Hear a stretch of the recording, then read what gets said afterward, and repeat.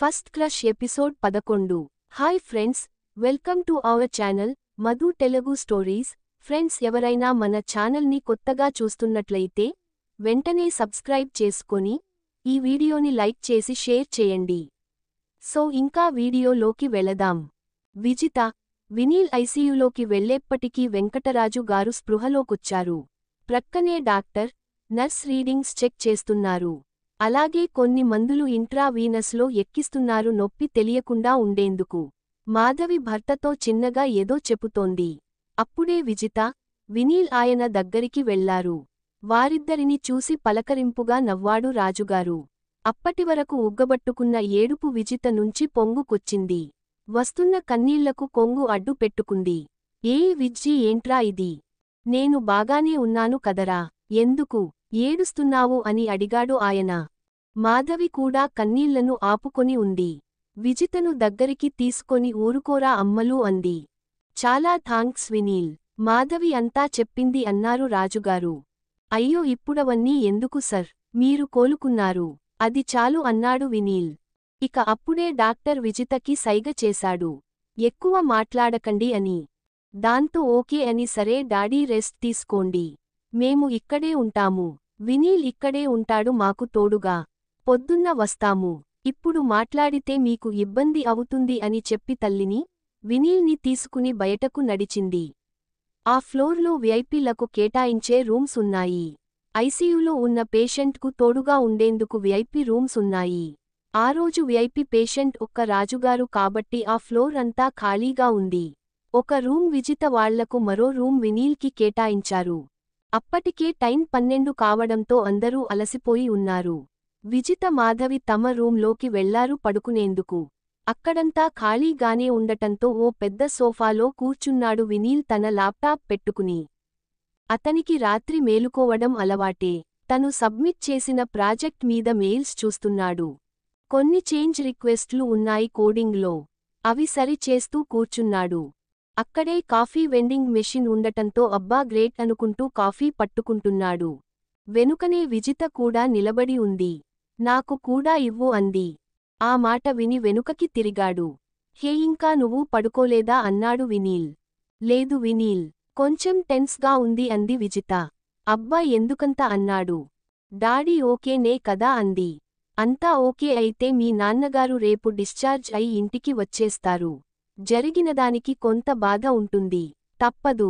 నేను చెప్పినంత సులువు కాదు, కాని అదృష్టం కొద్దీ ఆయనకేమీ కాలేదు. అది గాడ్స్ బ్లెస్సింగ్స్ అని చెబుతూ ఒక కాఫీ కప్ విజితకిచ్చి తనొక కాఫీ తీసుకున్నాడు. ఆ తర్వాత ఇద్దరూ సోఫాలో కూర్చుని సిప్ చేస్తున్నారు. మీ మమ్మీ పడుకున్నారా అని అడిగాడు. కళ్ళు మూసుకొని ఉంది. కానీ నాకు డౌట్, ఆమె కూడా ఆందోళనగానే ఉంది అంది విజిత. బాధపడటం తప్పదు అన్నాడు వినీల్ ఓదార్పుగా. నువ్వు ఒక్కతే చైల్డ్ కాబట్టి మీ పేరెంట్స్ని జాగ్రత్తగా చూసుకునే బాధ్యత నీది. అందులోనూ మీ బిజినెస్ ఎంపైర్కి కూడా నీవే రాణివి. ఈ రాణిగారికి పెళ్ళయి రాజుగారు వచ్చే వరకు ఒంటరి పోరాటం తప్పదు అన్నాడు నవ్వుతూ వినీల్. రాజుగారు పక్కనే ఉన్నారు. ఎన్నాళ్లనుంచో వెయిటింగ్ రాణిగారు, రాజుగారిని పెళ్లి చేసుకునేందుకు. కాని ఈ చాదస్తపు రాజుగారు జాతకాలు, ఆచారాలు అని పట్టుకుని వెళ్లాడుతున్నారు అంది ఒకంత విసుగ్గా వినీల్ వంక చూస్తూ విజిత. ఫనా లేక ఫ్రస్ట్రేషన్ అన్నాడు సినిమా గుర్తుకొచ్చి కాస్త విజితని నవ్విద్దాం అని. నీకు ఫన్, నాకు ఫ్రస్ట్రేషన్ అంది కోపంగా విజిత. ఓహ్, వద్దు వద్దు, ఈ సమయంలో అంత కోపం వద్దు. వెయిట్ చేద్దాం. నువ్వు మంచిదానివి కదా, నీకు అంతా మంచే జరుగుతుందిలే, కాస్త ఓపిక పట్టు అన్నాడు. కాఫీ తాగటం పూర్తయింది. సరే పడుకుందాం పద అని లేచాడు వినీల్. తను రూంలోకి వెళ్లి తలుపేసుకోవడం మేలు. లేకుంటే విజ్జీ కూడా అలానే తన పక్కన కూర్చోనుంటుంది అని అనుకున్నాడు వినీల్. మరుసటిరోజు డిశ్చార్జ్ అయి రాజుగారు ఇంటికి వచ్చారు. విజిత డాక్టర్ కాబట్టి తనే కేర్ తీసుకుంటానని చెప్పింది హాస్పిటల్ డాక్టర్స్తో. డ్రెస్సింగ్ అవసరముంటే నర్స్ని పంపిస్తామని చెప్పారు వాళ్లు. ఇక ప్రొద్దున్నే రాజుగారిని పలకరించి హాస్పిటల్ నుంచి ఇంటికి, ఆ తర్వాత హడావుడిగా ఆఫీస్కి వెళ్లిపోయాడు వినీల్. సాయంత్రం కాస్త ఎర్లీగా ఆఫీస్ నుంచి బయలుదేరాడు రాజుగారిని పలకరిద్దామని. మృణాల్ వాళ్లు రాజుగారు కొంచెం కోలుకున్నాక 4 రోజులాగి వచ్చి పలకరిస్తామని చెప్పారు. ఇక ఆ రోజు సాయంత్రం చక ఫ్రెష్ అప్ అయి విజిత వాళ్ళింటికి వెళ్లాడు వినీల్. అబ్బో అప్పుడే ఏడైంది అనుకున్నాడు. గేట్ తీయబోతూ అమ్మో వీళ్ళింట్లో కుక్కలు ఉన్నాయనుకుంటా అంటూ కాలింగ్ బెల్ కోసం గేట్ దగ్గర చూశాడు. అమ్మయ్య ఉంది అనుకుని దాన్ని నొక్కాడు. విజిత బయటికొచ్చింది. తన వెంటే ఓ 3 కుక్కలు కూడా బయటికొచ్చాయి. ఆమెతో పాటు బాడీ గార్డ్స్లా చుడిదార్లో మెరిసిపోతోంది విజిత. పొడవాటి నల్లని ఒత్తైన జుత్తును చుట్టగా పైకి చుట్టి క్లిప్ పెట్టుకుంది. అందం ఉన్న అమ్మాయి ఎలా ఉన్నా అందమే అని మనసులో మెచ్చుకోకుండా ఉండలేకపోయాడు వినీల్. గేటు తీస్తూ రండి లోపలి అంది. అమ్మో కుక్కలు అన్నాడు. ఏమీ చెయ్యవు రండి, నేనున్నానుగా అంది విజిత. సరే అని విజిత వెనకాలే లోపలికి వెళ్లాడు. ఆ 3 కుక్కలు వినీల్ వెంటే ఉన్నాయి చేతులు కాళ్ళు నాకుతూ. ఇల్లు చాలా పెద్దగా ఇంద్రభవనంగా కనిపించింది. అంత పెద్ద ఇంట్లో వాళ్ళు ముగ్గురే. అఫ్కోర్స్ నౌకర్లు, వంటవాళ్లు ఉంటారు అవుట్హౌస్లో. 3 అంతస్తుల ఇల్లు అది. దానికో పెద్ద లిఫ్ట్ కూడా ఉంది. కింద మొత్తం పార్కింగ్. ఓ 6 కార్లు ఉన్నాయి.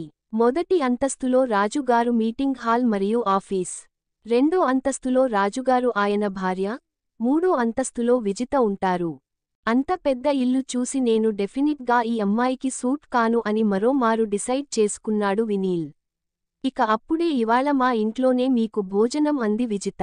దాంతో వద్దు ప్లీజ్, నేను నైట్ ఫ్రూట్స్ తీసుకుంటాను. నీకు తెలుసు కదా అన్నాడు. నాకు తెలీదు డాడీ ఇందాక అంటున్నారు మమ్మీతో మీకు స్పెషల్ వంటలు చేయించమని. ఇక అలా మాట్లాడుకుంటూ లిఫ్ట్లో 2వ అంతస్తుకెళ్లారు. రాజుగారి గదికి వెళ్లారు. మాధవి అక్కడే ఉన్నారు. వినీల్ని చూడగానే రాజుగారు మొహం వికసించింది. రావోయ్ అంటూ ఆప్యాయంగా పిలిచాడు. అక్కడే ఉన్న కుర్చీలో కూర్చున్నాడు వినీల్. ఎలా ఉన్నారు సర్ అని అడిగాడు. బాగానే ఉన్నా నీల్, కాకుంటే కదలలేకుండా ఉన్నాను. రిబ్స్ ఒత్తుకుని నొప్పిగా ఉంటున్నాయి. బ్లడ్ ఇచ్చి నాకు పునర్జన్మనిచ్చావు. నీ రుణం తీర్చుకోలేనిది. గాడ్ బ్లెస్ యూ అన్నారు. అయ్యో నాదేముంది సర్, మీకు ఆ సమయంలో బ్లడ్ ఇవ్వడం చాలా హ్యాపీగా అనిపించింది అని చెబుతుంటే అప్పుడే విజిత అడిగింది వినీల్ని. కాఫీనా, జ్యూస్ ఏమైనా త్రాగుతారా అని. దాంతో కాఫీ ప్లీజ్ అన్నాడు. పోలీస్ కమిషనర్ యశ్వంత్ పొద్దున వచ్చాడు. అన్ని పాయింట్స్ డిస్కస్ చేశాము. నా అనుమానాలన్నీ చెప్పాను. మీ అన్నయ్య క్లాస్మేట్ అట కదా అతను అన్నాడు. ఎస్ సర్ అన్నాడు వినీల్, విజిత ఇచ్చిన కాఫీ త్రాగుతూ. నీ నుంచి ఒక పెద్ద హెల్ప్ కావాలి వినీల్. దాంతో అయ్యో చెప్పండి సర్, ష్యూర్గా చేస్తాను అన్నాడు వినీల్. నా పరిస్థితి నీకు తెలుసుగా. ఇంకో 2 నెలలు బెడ్ నుంచి కదిలే అవకాశం లేదు. విజితకేమో బిజినెస్ కొత్త, అంత హ్యాండిల్ చెయ్యలేదేమో అనిపిస్తోంది. కాస్త నువ్వు అమ్మాయికి తోడుగా హెల్ప్ చేస్తే బాగుంటుంది. గైడెన్స్ నేనిస్తాను. నువ్వు మేనేజ్ చెయ్యగలవని నా నమ్మకం అని అన్నారు రాజుగారు. కానీ సర్, నేను మా కంపెనీలో కొన్ని ముఖ్యమైన ప్రాజెక్ట్స్ హ్యాండిల్ చేస్తున్నాను. వాటికి ఇబ్బంది అవుతుందేమో అని సందేహం వెలిబుచ్చాడు. అయితే ఒకటి చేద్దాం నీల్. మా బిజినెస్లో ఎక్కడ నీ అవసరముంటుందో అక్కడ నువ్వు హెల్ప్ చెయ్యి. అది నీకు ముందే చెప్తాను. నీకు ఏ ఇబ్బంది లేకుండా చూస్తాను. మీ మేనేజిమెంట్తో కూడా మాట్లాడుతాను. మీ డైరెక్టర్ ఒకతను నాకు బాగా క్లోజ్. అతని రిక్వెస్ట్ మీదే మీకు మా కంపెనీ సాఫ్ట్వేర్ ఆర్డర్ ఇచ్చాము. మీ కంపెనీకి వచ్చినందువల్ల నాకు చాలా మేలు జరిగింది. ఒకటి నువ్వు రక్తదానం చేసి నా ప్రాణం కాపాడావు. ఇంకొక ముఖ్య విషయానికి రానున్న 2 నెలలు మా బిజినెస్లో నీ సహాయం కావాలి అని చెప్పాడు. ఇక ఆయన అంతలా అడుగుతుంటే సరే సర్, నేను ప్రయత్నిస్తాను. మీ నమ్మకానికి థాంక్స్ అన్నాడు. మెనీ థాంక్స్ నీల్ అన్నారు రాజుగారు.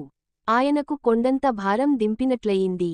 విజి ఇండస్ట్రీస్ అతనికి ఆరో ప్రాణం. దాన్ని జాగ్రత్తగా కాపాడుకుంటూ వస్తున్నాడు. వినీల్ మీద రాజుగారికి బాగా నమ్మకమేర్పడింది. అతను సమర్థుడు. ఏ పనైనా తన తెలివితేటలతో చెయ్యగలడు. ఫలితం ఆశించడు, మోసం చెయ్యడు అనిపించింది ఆయనకి. రాజుగారు వినీల్ కుటుంబ విశేషాలు అవి అన్నీ అడిగి తెలుసుకున్నాడు. వాళ్లది చాలా మంచి కుటుంబంగా ఫీల్ అయ్యాడు. మాధవి వాళ్లకి వినీల్ నాన్నగారు దూరపు బంధువులవుతారని మాటల్లో తెలిసింది. ఆవిడకి వినీల్ అంటే అభిమానం ఏర్పడింది. విజిత అన్నీ వింటూ అక్కడే కూర్చొనుంది. ఇంతలో రాజుగారి ఫోన్ మోగింది. అక్కడే కూర్చున్న నీల్ ఆ ఫోన్ తీసి ఇచ్చాడు. ఆయన పట్టుకోలేడు కదా అని స్పీకర్ ఆన్ చేసి ఆయన దగ్గర పెట్టాడు. అటునుంచి కంగ్రాట్యులేషన్స్ చెప్తున్నారు. విజి ఇండస్ట్రీస్ కి క్రితం సంవత్సరంకు బెస్ట్ ఇండస్ట్రీస్ అవార్డు వచ్చిందని ఇండియన్ ఛాంబర్ ఆఫ్ కామర్స్ వారి ఆధ్వర్యంలో రేపు సాయంత్రం 6 గంటలకు కేంద్ర మంత్రి చేతులు మీదుగా ముంబైలో ప్రెసెంటేషన్ ఉంటుందని తప్పకుండా అటెండ్ అయ్యి అవార్డు స్వీకరించమని రిక్వెస్ట్ చేస్తున్నారు. వెన్యూ అది వాట్సాప్ చేస్తామని చెప్పారు. మంత్రిగారి అప్పాయింట్మెంట్ రేపటికి దొరికిందని అందుకే ఎంత షార్ట్ నోటీసులో చెపుతున్నామని చెప్పారు. దాంతో రాజుగారు ఫోన్లో అతనికి థాంక్స్ చెప్పారు ఆనందంగా. ఎప్పటినుంచో రాజుగారి కల బెస్ట్ ఇండస్ట్రీస్ అవార్డు కైవసం చేసుకోవాలని. ఇవాల్టికి నెరవేరింది. మరి తర్వాత ఏం జరిగింది తెలుసుకోవాలంటే నెక్స్ట్ ఎపిసోడ్ వినాల్సిందే.